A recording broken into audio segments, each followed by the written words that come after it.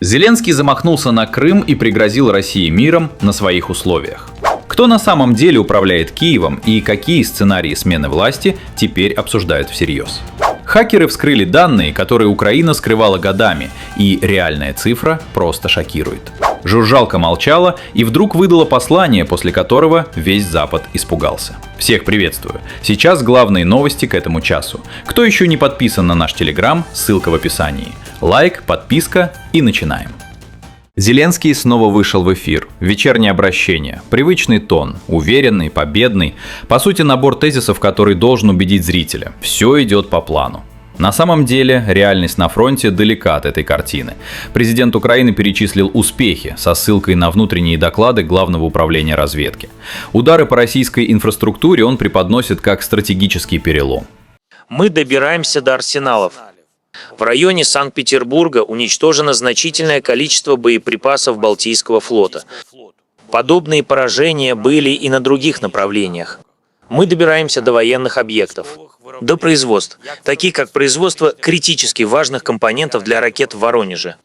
Или еще одна пораженная цель – завод в Чебоксарах, по которому отработали ракеты «Фламинго». Мы все больше поражаем российскую военную логистику. Также подтверждены поражения газовых объектов в Оренбургской области. Это более 1200 километров от фронта, а также множество нефтяных объектов по всей территории России. А сейчас нажмите на паузу и напишите, что вы думаете по этому поводу. Верите ли вы словам Зеленского? Дальше заявление о массовой панике в России. Дефицит топлива, рост цен, переброска систем противовоздушной обороны к Москве и Валдаю. Звучит грозно, но по сути это попытка выдать желаемое за действительное. Уже более чем в 60 российских регионах наблюдается дефицит топлива. Также наблюдается сильный рост цен на бензин и дизельное топливо, если оно, конечно, есть в наличии. Главный пункт обращения – Крым. Зеленский называет операцию на южном направлении четко просчитанной стратегией. И тут же ультиматум. Киев рассчитывает диктовать условия мира через страны Большой Семерки. Наша операция, в частности, в отношении Крыма. Все четко просчитано. И то, как проходит операция, полностью это подтверждает. Если то, о чем мы говорили с партнерами в рамках G7, появится у Украины, а это зависит от решения партнеров, мы оперативно создадим условия, при которых Россия будет вынуждена выбрать мир. Мы очень рассчитываем на положительный ответ наших партнеров.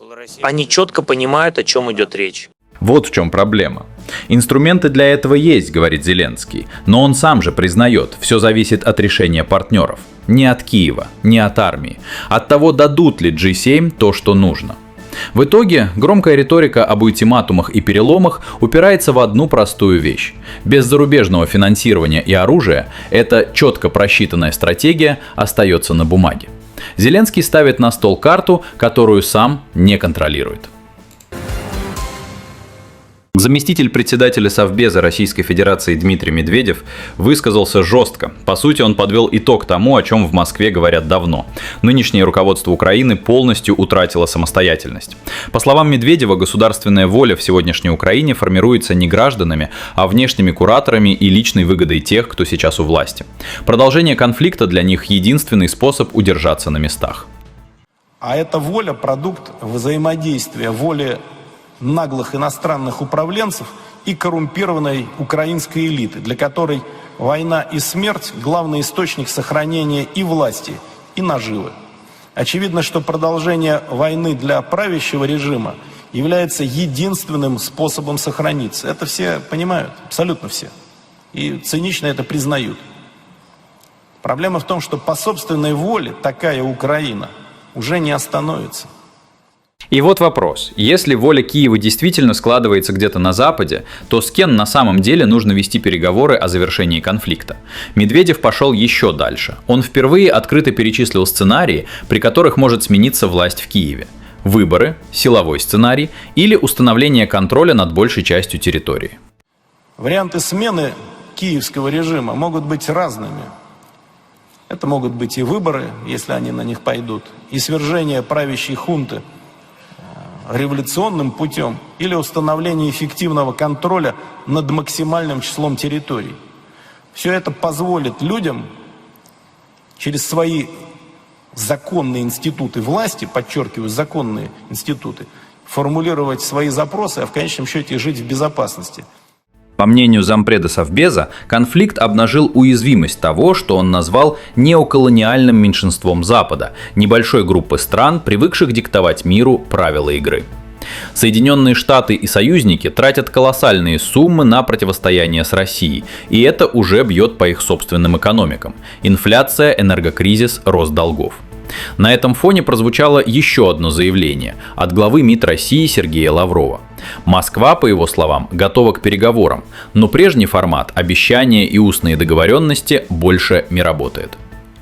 Мы всегда готовы, но, повторю еще раз, когда мы сядем за этот стол переговоров, если с той стороны будут вразумительные какие-то идеи, предложения и адекватные люди, мы на слово никому не будем доверять. Лавров дал понять, на этот раз Россия будет требовать конкретики, не слов, а реальных гарантий и адекватных партнеров за столом переговоров. 4 года Киев называл одну цифру, сегодня в сети совсем другая.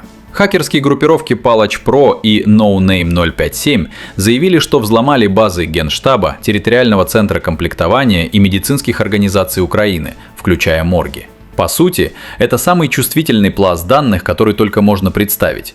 Точный учет того, сколько людей страна потеряла на самом деле. Согласно этим данным, за все время конфликта Украина лишилась около 2,5 миллиона своих солдат. Только с начала этого года 400 тысяч человек. А по данным за декабрь 2025 года, общие потери Украины за все время специальной военной операции достигли 2 миллионов бойцов.